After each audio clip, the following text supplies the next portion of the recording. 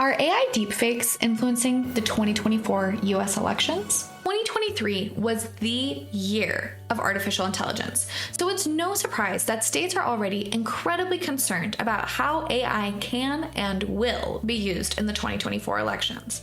I'm Sarah, this is Bill Track 50, Beyond the Bill Number. Check out our new Beyond the Bill Number podcast on Apple now. Just this past month, news outlets all over the world reported that viral images of former President Donald Trump with Black people were AI generated. A radio host named Mark Kay told the BBC that it was the individual's problem if their vote was influenced by AI images. He and his team were responsible for creating these viral images. In February, a political consultant representing several New York politicians admitted that he was behind the reported fake robocall telling President Joe Biden supporters to not vote in New Hampshire. This week, a look at deepfake artificial intelligence in political campaigns. What is the deepfake? Deepfakes are a form of artificial intelligence where fake images, videos, and audio is created by a specific machine learning called deep learning.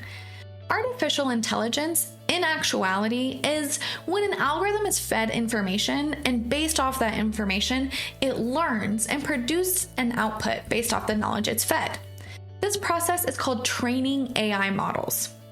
Deep learning involves hidden layers, or more than one type of machine learning algorithm, and converts real images, videos, and audio into fake media based off the prompts given by its creator.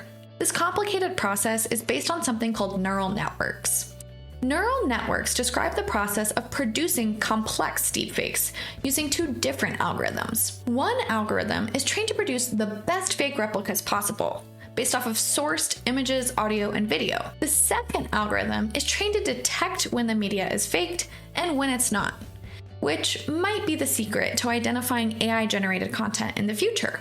The media is then created in almost a dance-like fashion between the two models, with them iterating back and forth, each responding and improving upon the result of the other, generating new and different media each time.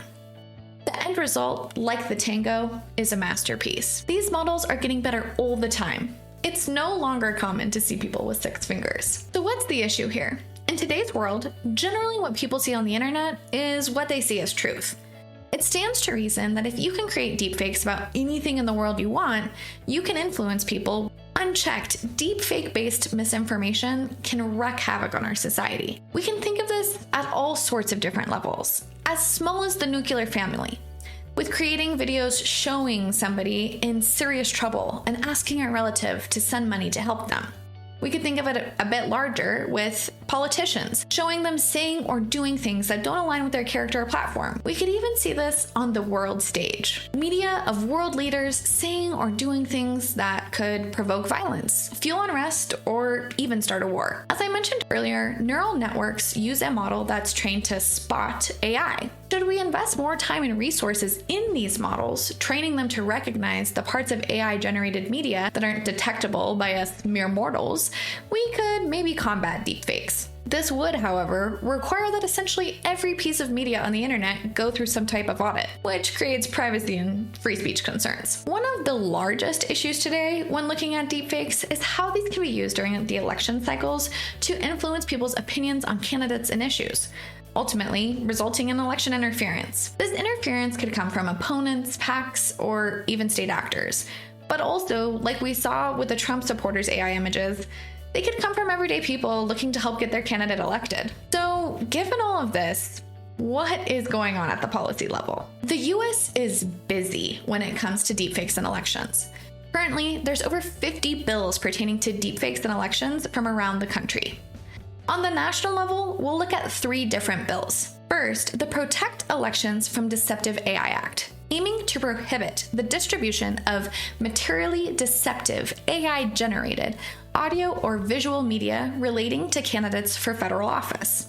Second, the Candidate Voice Fraud Prohibition Act, which also aims to prohibit any distribution of materially deceptive audio generated by artificial intelligence which impersonates a candidate's voice and is intended to injure their reputation.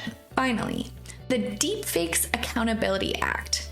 Deepfakes here stands for defending each and every person from false appearance by keeping exploitation subject. And this aims to protect our national security against threats posed by deepfake technology, but also provide legal recourse for victims of harmful deepfakes, like the deepfakes we're seeing related to fake pornography.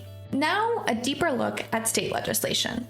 Most state legislation shares an overall objective of curbing the use of deepfakes in elections through requiring the creators and users of the content to disclose that the content is AI generated. As of writing this article, 15 states have passed legislation aiming to limit or combat using deepfakes as tools in elections. The majority of these bills use a phrase synthetic media, which is defined as an image and audio recording or a video recording of an individual's appearance, speech, or conduct that has been created or intentionally manipulated with the use of generative adversarial network techniques or other digital technology in a manner to create realistic but false images, audio, or video. Before 2024, 6 states passed legislation aiming to prevent and penalize the spread of misinformation through deepfakes.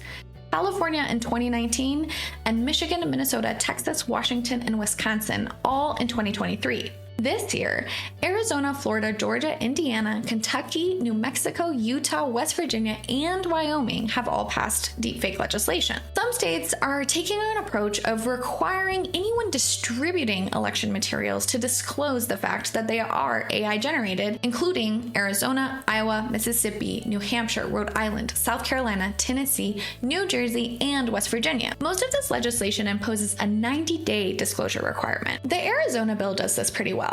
It says within 90 days of an election, a person using synthetic media needs to include a clear and conspicuous disclosure that states that the media is generated by artificial intelligence. It also goes on to say that if the media is only audio and no visual disclosure is possible, the disclosure has to be read in a pitch that the normal ear can hear and clearly spoken at the beginning and the end. And if the audio is more than 2 minutes, it has to be in there every 2 minutes.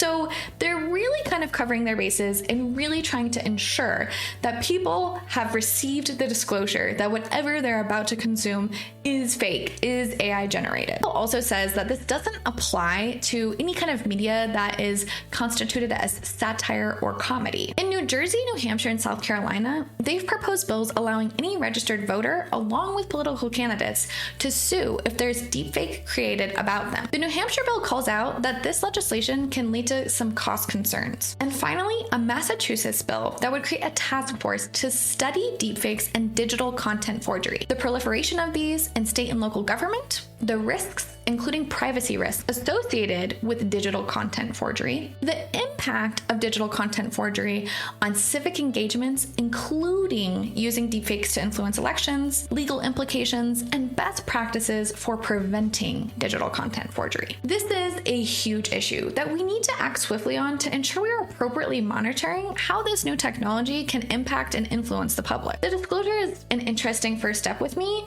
because without these outlined disclosures, deepfakes could just mislead people without them knowing that it was, fake.